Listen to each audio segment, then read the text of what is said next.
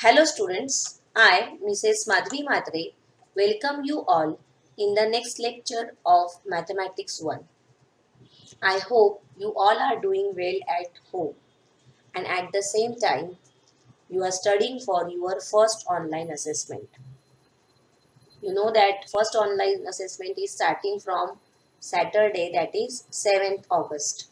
So all of you must have prepared for that. Once again I am repeating the portion for first online assessment. Here we have chapter number 1, that is sets, and in that for the first online assessment you have to study all the solved examples. You have to study all the properties or all the topics which are under the heading remember these in textbook. Also I have discussed them in videos. Go through all the solved examples, all the activities, all the practice sets, that means practice set 1.1, 1.2, 1.3 and 1.4, and problem set 1. Okay, so you need to prepare all these things for your first online assessment. So all of you start studying for that so that you can score good marks there. Okay, now if you face any problem in any topic of chapter number 1, then you can go on the YouTube channel of our school. You know that for every standard separate YouTube channel is there, and there you can see all the videos of all the subjects. So if you have any problem in any particular topic, you can go there and you can watch that video again as a revision. I have discussed all the solved problems, then all the practice set problems, all the problem set problems. So each and every problem is discussed by me. Some were given as homework, but they are discussed in the videos. So if you have any trouble or any query regarding any problem, you have to go to that particular video and you can solve your doubts. Okay. Now today we are starting with chapter number 2. Chapter number 2 is real numbers. Now in this particular chapter, certain concepts are present which are already studied by you in lower standards. At the same time, in the later part, some new concepts are introduced. Okay, like you can see here, first we are going to learn about rational numbers, their properties. Then we are going to learn about irrational numbers and their properties. But in the later part, we are going to study a new concept, that is surds. And then the topic related to surds like comparison of quadratic surd, operations on quadratic surds, rationalization of quadratic surds. Okay, so from surds, we are going to study only a typical surd, that is quadratic surd. Okay, the word quadratic means order 2. So we are going to study surds of order 2. So the meaning of all these things we will see in the later part. Okay. So before starting with actual properties of rational numbers or properties of irrational numbers, let us recall what we have studied in the previous standards. Okay. So here you have studied about natural numbers, integers, rational numbers, irrational numbers, and together they are called as what? Real numbers. When we started chapter number 1, so before that only I took the revision on expansion of numbers. There we have studied how the numbers were expanded. Then in the chapter set also we have again studied the expansion of number. Then we have seen how to write down these numbers like natural number, integers, rational numbers, how to write them by using the methods of writing set. That means the roster method or listing method or rule method. Okay, so once again, by combining the previous knowledge, that means knowledge from your previous standards and knowledge from the chapter 1 set, again let us try to see the expansion of numbers. So first of all, you know that we have natural numbers. Also they are called as counting numbers. So counting starts from 1, 2, 3, 4 and so on. So natural numbers we can denote by using capital letter N. So N is a set of natural numbers. And if we try to write it by using list method, then in brace brackets or in curly brackets, we can write it like this: 1, 2, 3, 4, and so on. Okay? It is uncountable. You know that the number of elements are uncountable, unlimited. Therefore, it is called as infinite set. Okay? Then after natural numbers, we have whole numbers. Set of whole numbers is denoted by capital W, and it is written as 0, 1, 2, 3, 4, and so on. So whole numbers, they start from 0. After whole numbers, we have integers denoted by capital I. So integers, you know that they are uncountable or they are infinite from both the sides. In the middle you have 0, and on the right hand side you have all positive numbers, and on left hand side you have all negative numbers. Okay, so these are integers. Next to integers we have rational numbers denoted by capital letter Q, because rational numbers are also called as quotients. Okay, so from that quotient word Q is used here. So here this rational number we cannot write in the form of list method. So here rational numbers we are expressing by using the set builder form or rule method.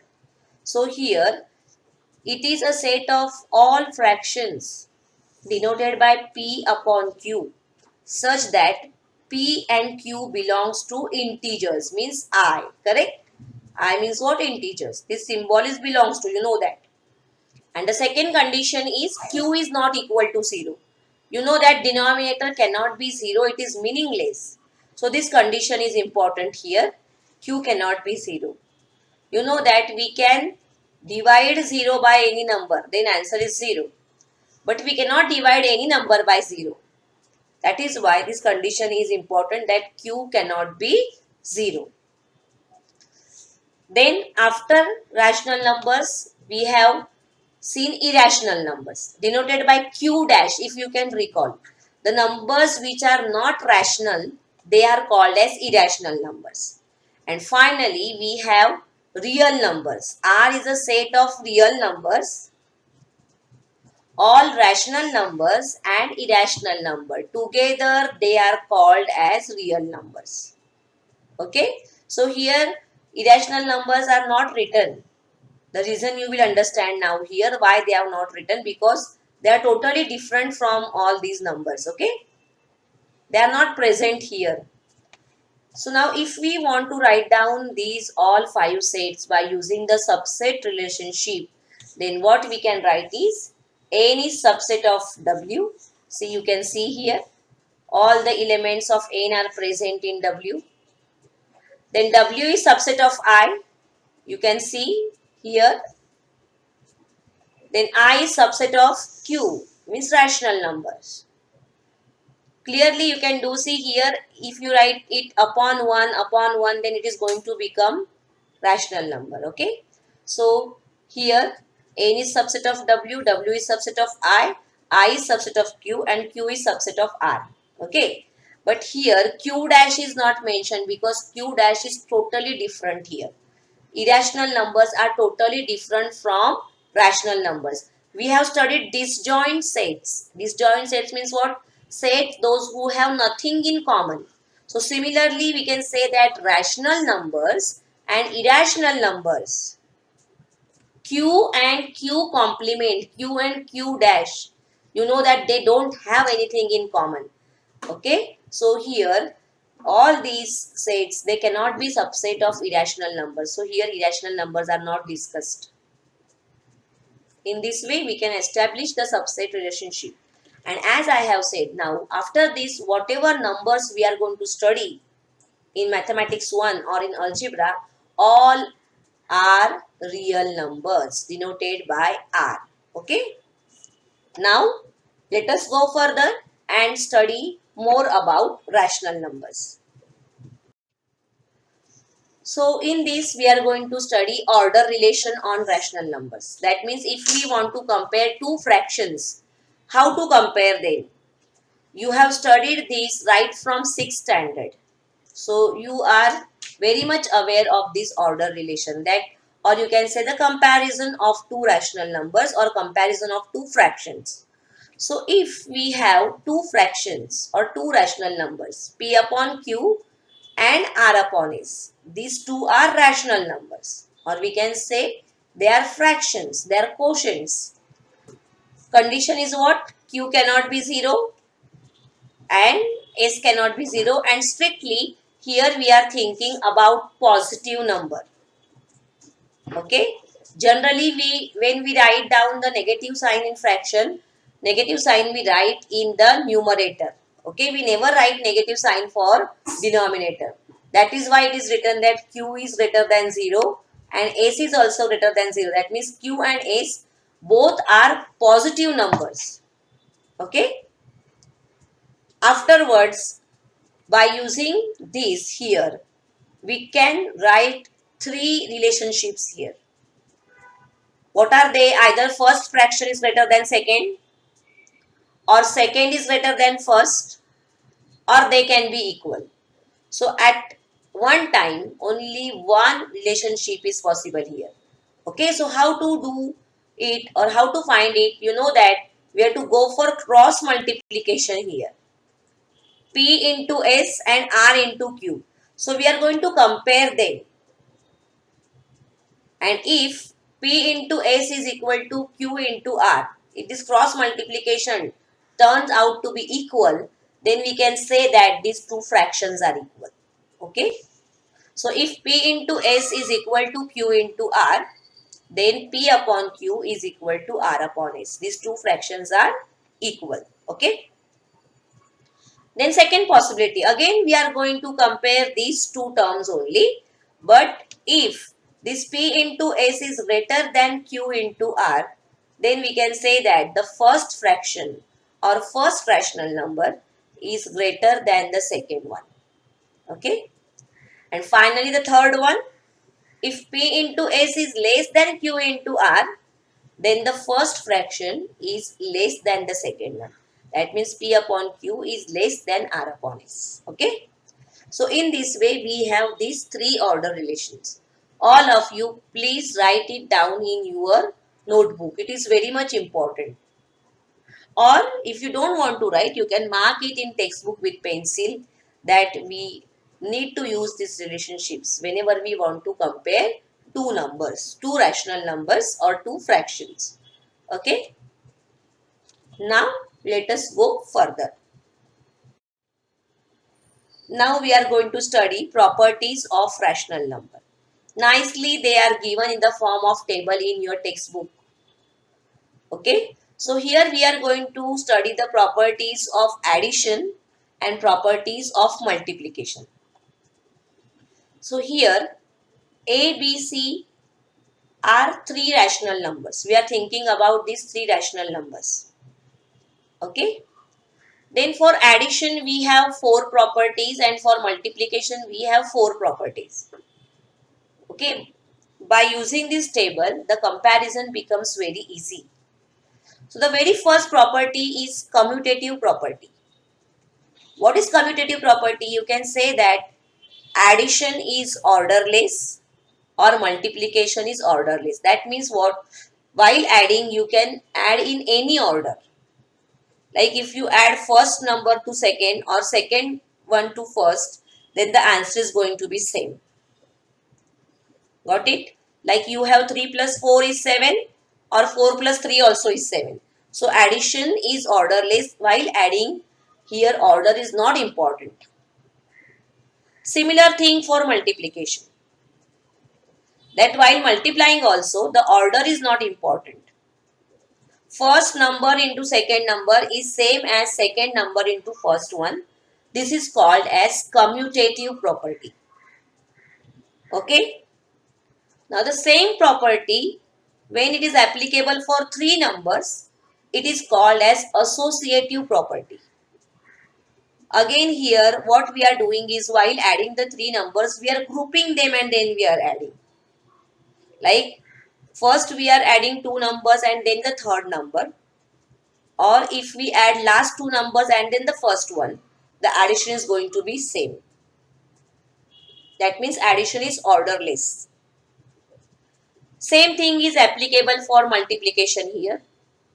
If we multiply last two numbers and then the first one, or we multiply first two numbers and then the last one, then it is going to be same. Okay, so these two properties are very much similar for addition and multiplication. But the remaining two properties are little bit different. Third property is called as identity. Okay, so here 0 is a number which is called as additive inverse. Okay, I'm sorry, it is called as additive identity, not inverse. It is called as additive identity. That means if we add 0 to A or A to 0, the answer is going to be the same number, that is A. So 0 is called as additive identity. It doesn't make any difference in addition. But 0 is not a multiplicative identity. Please take a note of this. So 0 is additive identity. Opposite to that, 1 is called as multiplicative identity. If we multiply any number by 1 or 1 by any number, the answer is going to be the same number. That means A into 1 is same as 1 into A, that is equal to A. So here 1 is called as multiplicative identity and 0 is called as additive identity. So this property is called as identity. The last property is about inverse. So like we have identities, here we have inverse also.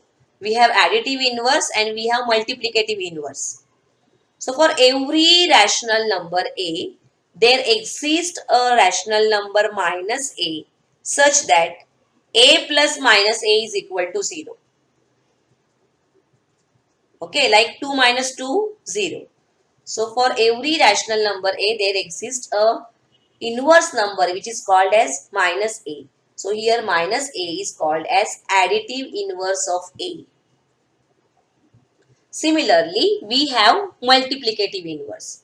For every rational number A, there exists a rational number 1 upon A such that A into 1 upon A is 1.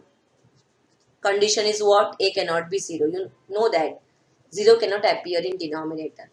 So here 1 upon A is called as multiplicative inverse of A. It is also called as reciprocal. You can write down the word there because that word is coming afterwards. We are using it in the next chapters. So this 1 upon A is called as reciprocal of A. You have studied this in lower standards, no doubt. But once again, you need to keep that word in mind. That 1 upon A is multiplicative inverse of A, or also it is called as reciprocal of A. Okay. So all these are the properties of addition and multiplication of rational numbers. Okay. Let us go further. Now after this we are going to study about the decimal form of rational number.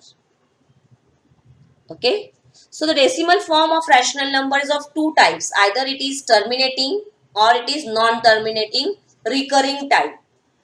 Now let us try to understand these two words properly, terminating and non-terminating recurring type. What is meaning of these words? Okay. First of all, let us take some examples. So two types as I have said, terminating and non-terminating. So first let us discuss the examples of terminating type. So first one here is 2 upon 5. That means if we divide 2 by 5, you can go for actual division there. And you can do orally also. You know that 2 is smaller than 5. So first we are going to write 0 and then point. So here up we will get 20. 5 4s are 20 and therefore here you have 0.4 as the decimal form. Okay, so this is fraction.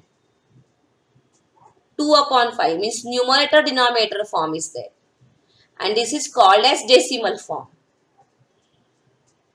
Okay. Now here 5 fours are 20. There we are getting the remainder 0. That means the multiplication is ending here. The multiplication is terminating. So it is called as terminating type. Okay. Let us take one more example now. Here we have minus 7 upon 64. So the denominator is quite big. But still if we try to divide, the division is going to terminate. That means the division is going to end. We are going to get the remainder 0. After these 6 numbers here, we are going to get the remainder 0. So the division ends here. So minus 7 upon 64 we can write as minus 0.109375. Okay, so it is again terminating time. One more example now, let us see. 101 divided by 8. So if you divide 101 by 8, the answer will be 12.625. How to read 12.625? You will not read it as 12.625. It is wrong. After decimal place, every digit you need to read separately. Got it? So you are going to read it as 12.625. So here when we try to divide all these numbers, then the division is terminating 1. That means it is ending somewhere. We are getting remainder as 0. So it is called as terminating type. Opposite to that, now let us see non-terminating recurring type. What is meaning of this? So see the first example here. If we divide 17 by 36, then the division will be like this. 0.47222. This division is never ending. It is not going to end. Again and again we are going to get some remainder. And the same remainder we are going to get. And that is why we are going to get here the same quotient after these two numbers. That means this 2 is recurring again and again. It is appearing again and again. That is why after this 0.47 you can see that the dot is put on 2. That means this number 2 is recurring again and again. It is coming again and again there. Okay. So this is called as non-terminating recurring type. Okay. So here you can write it like this. In place of dot you can put bar also. That means a straight line also you can put. You can put dot also. You can put a straight line called as bar. So here 17.36 we can write as 0.472 recurring. Okay. One more example let us see here now. 33 divided by 26. So when we actually divide here, we are going to get the quotient like this. 1.269230. Then see again 692307. See 692307. These 6 digits are repeated again. 2 is not repeated. The repeated are from 6 onwards. See 692307. 692307. That is why the bar is put on all these 6 numbers. That these 6 numbers are recurring again and again. Okay. So we can write this 33 upon 26 as 1.2 692307 recurring. That means these 6 numbers, they are coming again and again. The division is never ending. It is not going to terminate anywhere. We are not going to get remainder as 0. So this is called as non-terminating recurring type. One more example let us see now. Here 56 upon 37. So here when we divide, we are going to get the answer like this. 1.513, 513, 513 and so on. So here this 513, these 3 digits are recurring again and again. They are appearing again and again. So this number we can write as 1.513 recurring. This bar shows that these numbers are going to appear.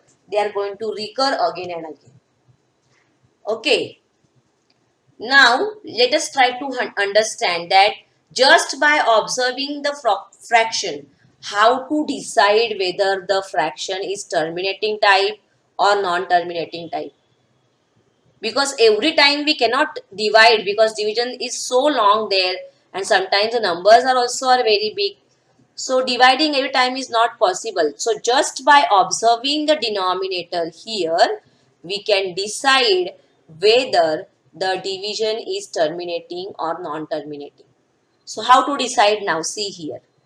Here you have 5. So 5, if you want to write in the form of prime factors, and talking about prime factors, 1 is neither prime nor composite, so forget 1. So here for 5, the only factor possible is 5. 62.